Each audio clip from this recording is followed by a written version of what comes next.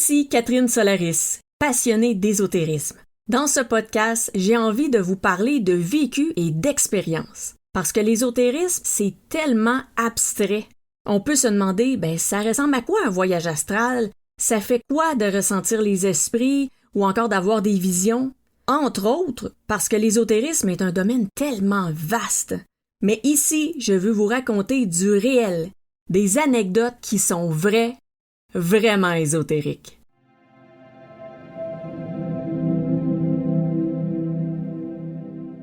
Dans cet épisode, j'ai envie de vous parler de comment est-ce qu'on fait des passages d'âme, comment est-ce qu'on fait passer des âmes de manière tout à fait inconsciente. Donc, je suis certaine que vous avez déjà entendu parler du passage d'âme, des passeurs d'âme.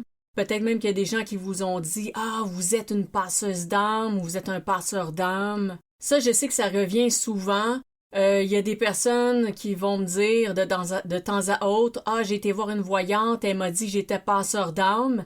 Mais en fait, un passeur d'âme, c'est une capacité que nous avons tous et toutes. Donc, toute personne a la capacité de faire passer une âme. De quelle manière est-ce qu'on le fait de manière plus traditionnelle? C'est par les cérémonies au salon mortuaire, les cérémonies d'enterrement.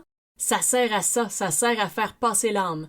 Donc, toute la famille est réunie pour dire aux défunts à quel point qu'ils l'ont aimé, dire des mots, des au revoir, donc c'est ça, c'est des messages d'amour, des messages d'au revoir, des messages de j'espère que tu seras bien où est-ce que tu es maintenant, des choses comme ça. C'est un passage d'âme, faire ça. Donc, toutes les cérémonies mortuaires à travers le monde, parce qu'il y a des méthodes de faire, de plein de méthodes différentes à travers le monde, dans tous les pays, toutes les cultures. Ça varie d'un endroit à l'autre, mais ce qui revient toujours, c'est qu'il y en a des cérémonies. Des cérémonies mortuaires, il y en a partout à travers le monde. Donc, ça, c'est le passage d'âme traditionnel. Ensuite, quand on arrive dans le domaine ésotérique, sinon spirituel au sens large, eh bien, on peut parler de quelqu'un qui va être un passeur d'âme. La seule chose, c'est que à ce moment-là, on va avoir quelqu'un qui a un plus grand talent là-dedans. Donc, si je prends l'exemple, est-ce qu'on est tous capables d'écrire? Oui, mais je sais qu'il y a des gens qui sont analphabètes, mais on va prendre ça au sens large de base. Donc, dans un monde idéal, est-ce que tout le monde est capable d'écrire? Oui. Est-ce que tout le monde écrit bien? Pas nécessairement. Donc, c'est la même chose pour le passage d'âme. Donc, tout le monde est capable de faire un passage d'âme. Tout le monde est capable de participer à un passage d'âme. Il y en a qui vont être plus performants que d'autres dans le domaine. Donc, il y en a qui vont avoir plus de facilité. Il y en a aussi qui vont avoir un don de médium vraiment très développé. En fait, le passage d'âme, c'est un sous-domaine de la médiumnité. Donc, on va avoir un médium. Le médium peut le faire, le passage d'âme, il n'y a pas de problème. C'est juste qu'un passeur d'âme va être plus spécialisé là-dedans où il va ne faire que ça. Donc, il ne fera pas nécessairement tout ce qu'un médium va faire. Donc, analyser des messages des défunts, d'anges, d'autres entités, d'êtres célestes, de peu importe quelle entité, le domaine du spiritisme, c'est vraiment très large et les capacités médiumniques peuvent communiquer à peu près avec n'importe quoi de l'autre côté. C'est juste que lorsque le médium fait des passages d'âme ou qu'il ne fait que ça, bien là, on va pouvoir le nommer un passeur d'âme. Mais il va d'abord avoir les capacités du médium. Et là, d'un médium à l'autre, bien sûr, ça va être différent. Les capacités vont être variées. Là, on n'ira pas détailler là-dedans, on va rester dans le sujet de pourquoi est-ce que je dis tout le monde fait des passages d'âme inconscients.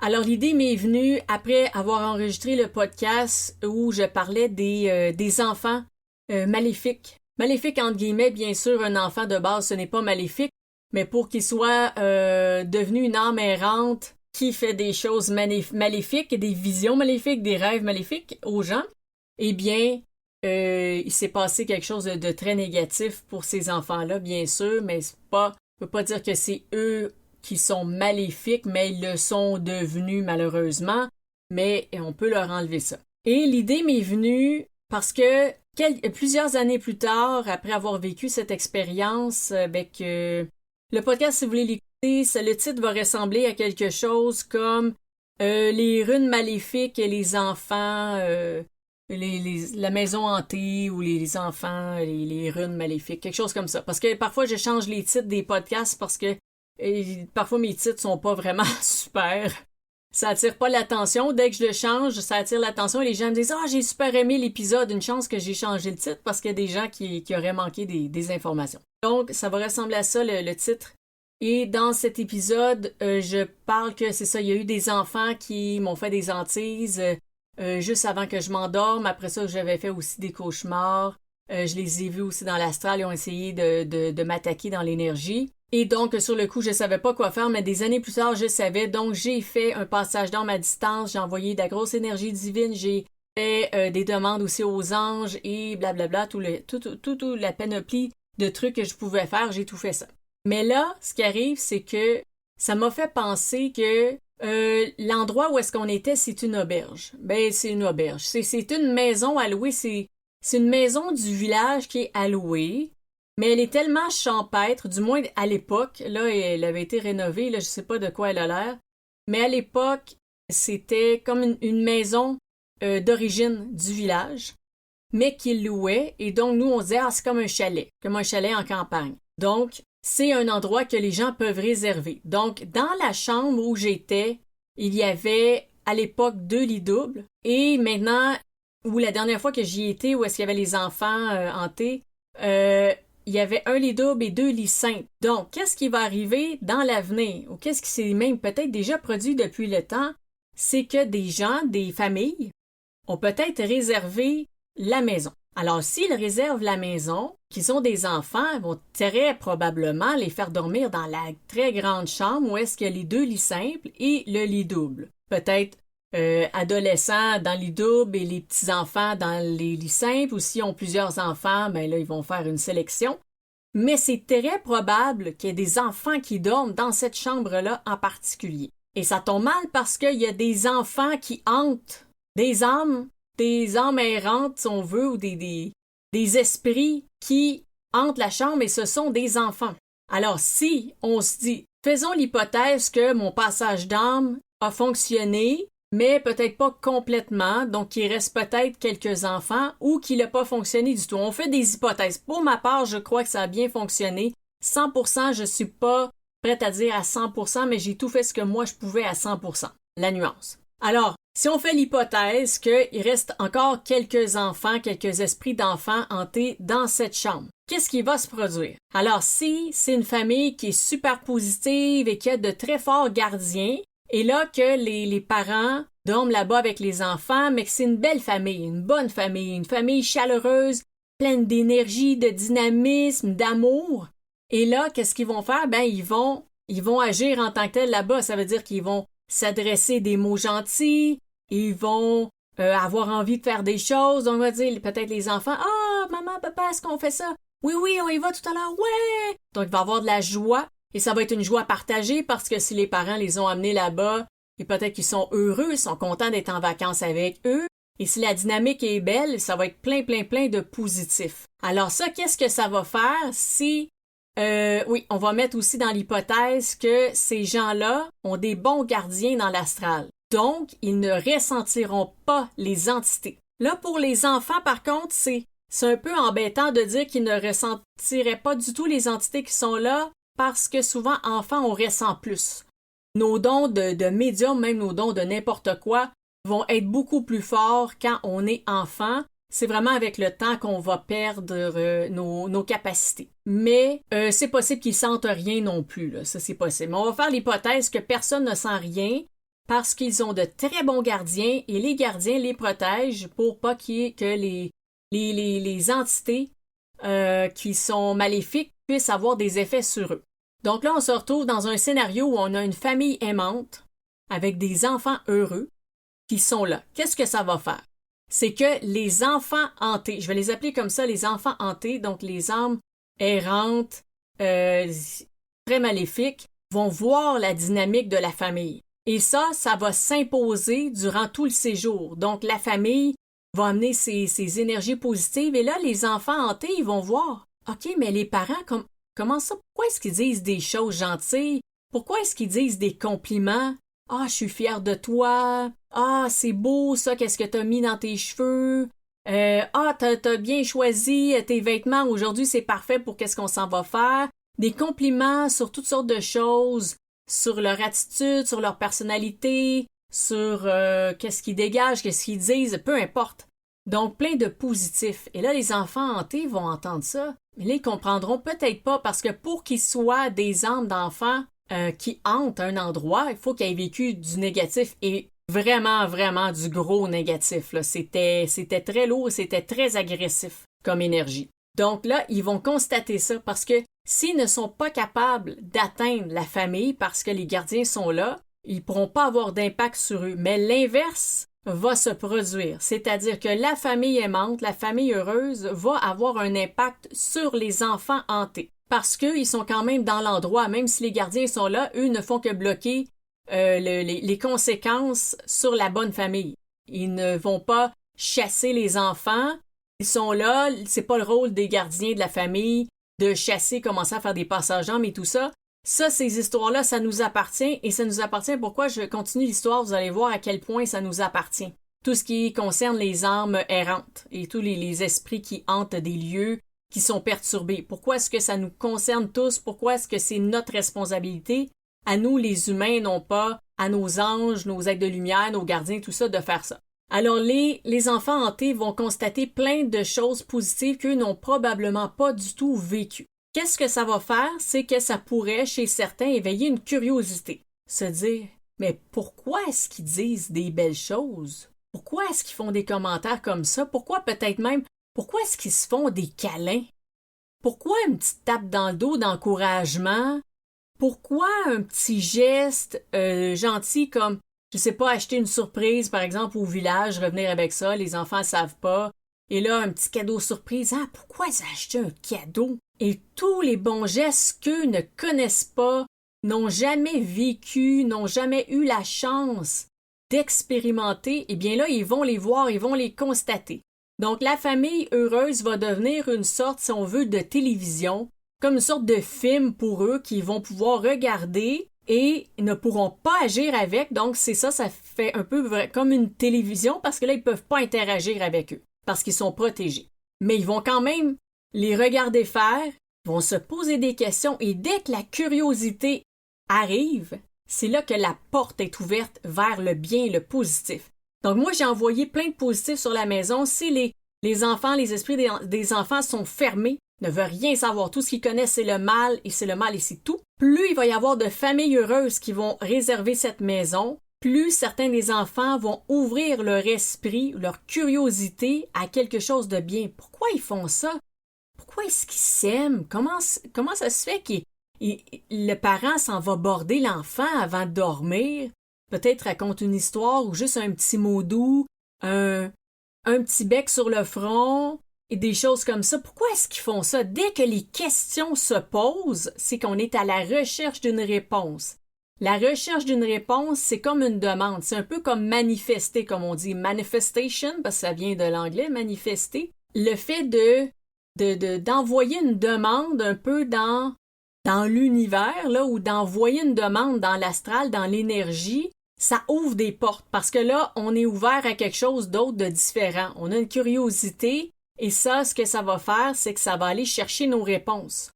Et quand les enfants hantés vont observer cette famille-là, c'est ça l'effet que ça va avoir sur eux. Et puisqu'en plus, moi, ce que j'ai fait, j'ai envoyé une grosse charge d'énergie divine et de lumière dessus et que j'ai demandé aussi à des aides de lumière d'être là pour accompagner les âmes quand elles voudront quitter, dès que l'esprit de l'enfant s'ouvre au positif, il ouvre la porte de son esprit et l'ange va le savoir tout de suite, va pouvoir venir voir l'enfant et commencer à lui expliquer des choses, les parents, ils aiment leurs enfants, puis là, l'enfant pourrait se rebeller, l'enfant hanté pourrait se rebeller, et là, il va pouvoir commencer à exprimer son vécu, sortir tout ce mal qu'il a en lui, et l'ange va être capable de l'accueillir là-dedans, et de le guider là-dedans, et éventuellement de lui tendre la main et dire, mais viens avec moi, il y a autre chose qui existe, ça t'intrigue, tu as développé une curiosité pour ce positif-là, moi je veux te montrer que ça existe vraiment, que c'est là que toi aussi tu peux le vivre.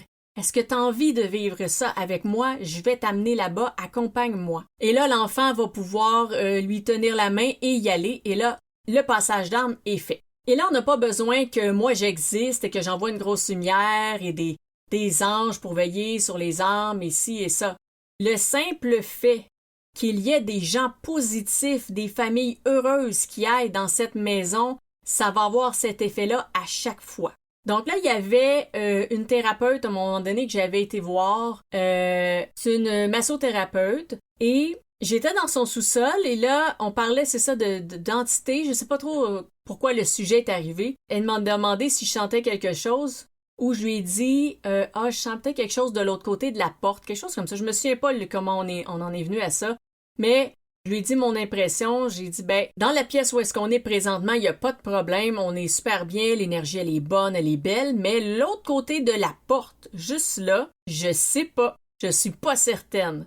Faudrait que j'y aille pour vraiment sonder comme il faut, mais j'ai l'impression qu'il y a quelqu'un, une âme errante, peut-être un homme d'un certain âge, pas un grand-père, pas à ce point-là, mais quand même avancé en âge, qui serait resté dans le sous-sol peut-être. Et là, elle me dit, ouais, j'ai un peu la même impression que toi. Puis là, elle me dit que elle avait pas, il y avait pas de négatif nécessairement par rapport à cette entité-là. Que dans le fond, c'est juste qu'elle sentait une présence, mais rien de menaçant, rien de négatif, rien d'oppressant. C'est juste que quand elle va là, elle sent vraiment qu'il y a quelqu'un avec elle. Et là, elle commence à se questionner, puis elle me disait ces réflexions qu'elle avait fait, ces questionnements, et on en est venu sur le sujet que elle me disait moi, je suis avec ma famille, ma fille, mon copain, tout ça. On est une belle famille, on s'entend bien, il y a beaucoup de positifs dans la maison. Et elle m'a dit, est-ce que tu penses que si on est bien, on est positif, est-ce que ça va aider l'âme du monsieur à s'en aller? Je lui dis exactement, je suis en parfait accord avec cette hypothèse, cette croyance, on peut l'appeler comme on veut. C'est sûr que c'est pas tout le monde qui croit à ça, mais moi j'y crois très fortement et même je vais même pousser la note un peu plus loin par après. Je crois vraiment, donc je lui ai dit oui, si vous êtes heureux et que vous montrez un bel exemple, si on veut, si ça lui parle à cette entité-là, cette âme-là, possible que ça l'attire vers le positif et que ça finisse par le faire s'élever. Parce qu'elle me disait aussi par rapport à ses parents, parfois elle se questionne, est-ce qu'ils voient le positif qu'elle fait, comment est-ce qu'elle s'occupe bien de sa famille et tout ça. Je dis, moi, je suis convaincue de ça. Et toutes les entités qui sont autour, qui sont présentes dans la maison, autour de la maison, le voient aussi. Et qu'est-ce que ça fait quand il y a quelqu'un qui est vraiment très heureux? Ça va aller chercher le cœur, justement, de cette âme errante qui est là, qui est égarée, qui ne trouve plus la lumière ou qui ne sait plus comment la trouver. Parfois, c'est vraiment d'ouvrir son cœur, d'ouvrir de remettre le focus à la bonne place, de mettre le focus sur ce qui est positif. Et quand il y a des gens qui sont très positifs dans un endroit, toutes les âmes en profitent. Donc, toutes les énergies qui stagnaient, qui étaient négatives, vont être dispersées. Les âmes errantes peuvent avoir une sorte d'éveil à la lumière, si on veut dire ça comme ça, et elles vont avoir envie de s'élever, et à partir de là, le processus va commencer. Éventuellement, elles vont s'élever d'elles-mêmes. Donc, la famille positive n'a même pas besoin d'avoir des notions ésotériques, n'a pas besoin de faire de passage d'âme. Il n'y a pas personne dans cette famille qui est obligé d'être un passeur d'âme. L'âme va s'élever d'elle-même par nos bonnes énergies, nos bonnes intentions, notre focus sur le positif, le fait de dégager du bonheur, de la joie, de propager l'amour, ça s'en va dans les énergies ambiantes et ça emplit les lieux. Et ça fait que les âmes s'élèvent. Donc pas seulement les âmes de ceux qui sont avec nous, qu'on va garder un beau haut taux vibratoire, mais la visite aussi va le sentir. Quand les gens vont arriver dans cet endroit, ils vont le sentir. S'ils sont très négatifs, ça se peut qu'il y ait des réactions vives et qu'ils s'en aillent parce qu'ils pourront pas supporter ça. Et les âmes errantes, ça va être un peu la même chose. Donc, bien sûr, après, il y a du cas par cas, il y a toutes sortes de trucs. Il y a quand même assez de détails là, quand on tombe dans le spiritisme. Ça se complique parfois un peu, mais règle générale, c'est ça. Alors, si vous me suivez bien depuis le début de cet épisode, si on se comprend bien, alors si on est positif, on dégage de l'amour, de la joie, du bonheur, on change toutes les énergies autour de nous. Toutes les âmes errantes qui sont prisonnières dans l'astral vont ressentir ça aussi. Elles vont avoir les contre-coups de ça parce que ces âmes-là ne sont pas dans un autre plan astral. Elles sont dans l'astral terrestre. C'est juste qu'elles sont dans un taux vibratoire un peu plus bas. Mais nous, dans le monde physique, on est une sorte d'intermédiaire. C'est pour ça que les humains, il y en a qui sont médiums, parce qu'ils sont capables de faire le pont entre les deux. L'humain est capable de faire ça, de base. Donc, quand on parle d'une entité qui est basse en taux vibratoire, c'est possible qu'elle ne sente pas l'entité de haut taux vibratoire. Donc, c'est possible que vous appelez un défunt qui est dans la lumière, vient vous visiter, et lui se rend pas compte que l'endroit est hanté parce qu'il vibre trop haut. Et à l'inverse, l'âme errante qui est chez vous ne ressentira peut-être même pas la présence de l'être de lumière, ou ça se peut aussi qu'elle le ressente, mais j'y vais avec la théorie. Quand les taux vibratoires sont trop éloignés, parfois ils ne vont pas se capter. Mais l'humain, on est pile au milieu. On est vraiment entre le bien et le mal, on est le jour, la nuit, le chaud, le froid. C'est un peu ça le pouvoir de l'humain, c'est d'être au milieu et d'être dans l'équilibre entre le bien et le mal. Donc nous, on est capable de faire le pont, on est capable de faire la transition. Donc si nous, en tant qu'humains, on montre qu'on peut être heureux, qu'on peut se sentir bien, que le positif, la lumière, ça existe, les entités qui ont un plus bas taux vibratoire vont le ressentir et le comprendre aussi, et ça peut leur créer un éveil. Alors si on prend cette théorie et qu'on la met dans un scénario planétaire où tout le monde travaille sur soi, tout le monde grandit, tout le monde évolue, tout le monde se sent mieux, de mieux en mieux, tout le monde est empli de bonheur, de joie, et qu'on propage ça à la grandeur de la planète. Alors si on se pose la question, est-ce qu'on aura encore besoin des passeurs d'âme? La réponse, c'est non. Peut-être pas un non absolu, parce que c'est sûr qu'il va y avoir toujours des cas très lourds de certaines personnes qui vont avoir des vécus vraiment très très lourds, et là peut-être qu'ils vont avoir besoin d'un plus grand accompagnement dans l'énergie et tout ça après qu'ils nous auront quittés. Je pense à des trucs vraiment dramatiques en passant. Je veux pas les nommer parce que ça va... le taux vibratoire du podcast va diminuer drastiquement. Je veux pas nommer ces choses-là, mais c'est sûr qu'il y a des âmes qui auraient besoin d'un peu plus d'accompagnement. Mais éventuellement, à long terme, si tout le monde est heureux, si tout le monde travaille sur soi, si tout le monde va de l'avant, il n'y en aurait plus de cas comme ça, n'est-ce pas? Donc, il n'y aurait plus de cas lourds et tout ça où vraiment on a besoin d'un intervenant. Donc, ce que ça ferait, c'est que, à long terme, une fois qu'on est vraiment entré dans ce scénario où tout le monde est heureux, dégage du bonheur et a ce bel impact les uns sur les autres, toute personne qui quitte la Terre, ben justement, va quitter la Terre, ne va pas rester comme une âme errante ici. Les âmes vont toutes pouvoir s'élever. Donc ça, c'est vraiment le scénario optimal. C'est soyez heureux. Si vous ne l'êtes pas, faites votre chemin, parce que ça se fait un pas à la fois. Des fois, c'est très long. Des fois, ça prend des années se libérer de certaines choses. C'est parfois pénible. C'est comme ma phrase que j'essayais de faire. Donc, allez-y un pas à la fois, tranquillement, mais travaillez toujours sur vous, sur votre bonheur, votre bien-être intérieur, votre paix intérieure, soyez dans votre cœur. Dans votre cœur, pas une manière métaphorique de dire, là. Entourez-vous de choses que vous aimez, de gens que vous aimez, de situations que vous aimez, de contextes que vous aimez. Tout ce que vous aimez, entourez-vous de ça, plongez-vous là-dedans, restez le plus possible en harmonie avec ce que vous êtes et ce que vous aimez, ça va déjà aider. Là, après, pour ce qui est du bonheur et tout ça, je pense que ça va prendre un autre podcast. Donc, j'élaborerai pas plus là-dessus, mais je vous le dis vraiment. Si vous êtes dans un endroit où vous êtes extrêmement positif, les entités vont le ressentir. Donc, dans le contexte de la maison hantée avec les âmes d'enfants, si jamais il en restait après mon traitement, c'est les gens qui vont finir mon traitement. C'est les gens, les familles heureuses qui vont aller terminer le travail de passage d'âme que j'ai fait sur cette maison. Donc, plus il va y avoir de familles heureuses qui vont aller là-bas, plus les âmes peut-être qui restaient d'enfants vont s'en aller. Et éventuellement, le travail va être accompli. Ce ne sera pas juste grâce à moi, ça va être grâce à tous ces belles personnes qui vont avoir participé à ça, mais elles vont l'avoir fait de manière inconsciente. Et je pense que à toutes sortes de moments dans notre vie, on a réussi à faire des passages d'âme inconscients parce que, en vivant sur Terre et en dégageant du bien et du bon, on finit par influencer ce qu'il y a autour de nous, autant notre entourage dans le monde physique que dans l'énergie. Donc, c'est très important. Travaillons sur nous, soyons heureux et tout va aller ensemble et tout va se faire tout seul. Là, si vous dites, hey, on est vraiment loin de ça, Catherine. Oui, je sais, mais il faut commencer par quelque part. C'est pour ça que je fais cet épisode.